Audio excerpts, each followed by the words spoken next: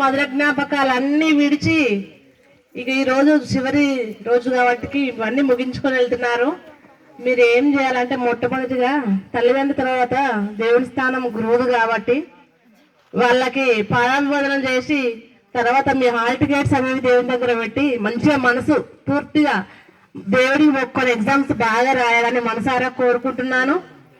మీకు స్టడీ చెప్పిన టీచర్స్ గురించి మాట్లాడడానికి మీకు ఏం అభ్యంతరం ఉందో నాకైతే అర్థం కావట్లేదు. కానీ మేము ఇక్కడే చదువుకున్న 10th మేము మాట్లాడాలని అప్పుడు బాగా కోరుకుండేది, భయం వేసేది, స్టేజ్ ఫియర్ ఉండదు అప్పుడు.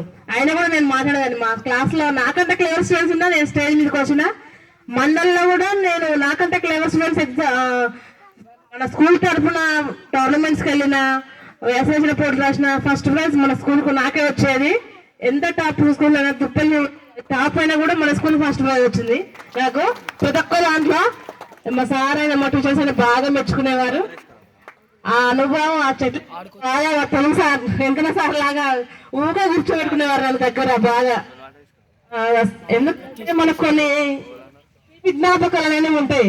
మా సార్స్ వాళ్ళు ఇప్పుడు కూడా కాల్ చేసి మాట్లాడతారు, ఏం చేస్తారు అని.